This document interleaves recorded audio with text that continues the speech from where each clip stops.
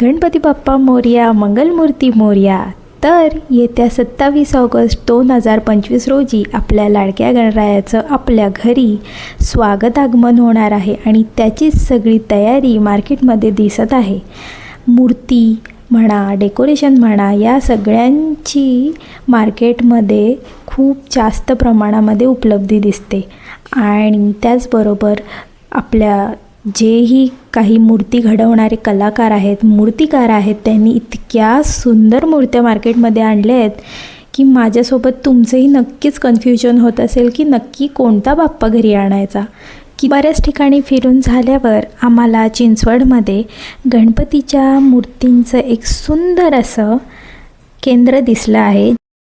चिंचवडमधील श्री गजवक्र श्री गणेश मूर्ती केंद्र हे खूपच सुंदर आहे, जिथे शाडूच्या मातीच्या मूर्त्या आहेत, सोबतच प्लॅस्टर ऑफ पॅरिसच्या मूर्त्याही तुम्हाला भेटतील। आणि त्यांनी एक सुंदर असा एक उपक्रम राबवलेला आहे, तो काय आहे ते मी पुढे सांगतेच, पण त्याआधी या सुंदर अशा मूर्त्या बघा।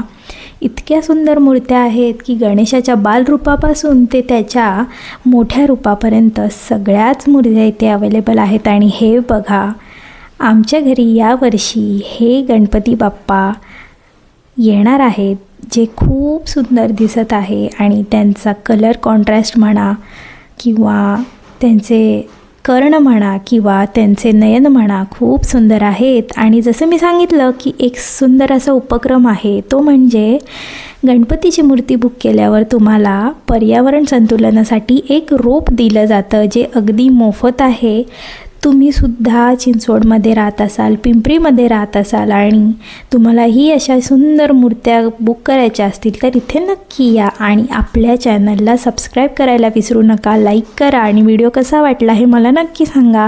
व्हिडिओच्या शेवटी कमेंटमध्ये मला नक्की सांगा की आम्ही घेतलेल्या बाप्पामध्ये तुम्हाला नंतर झालेला बदल दिसतोय का, ते मला नक्की सांगा। बाय।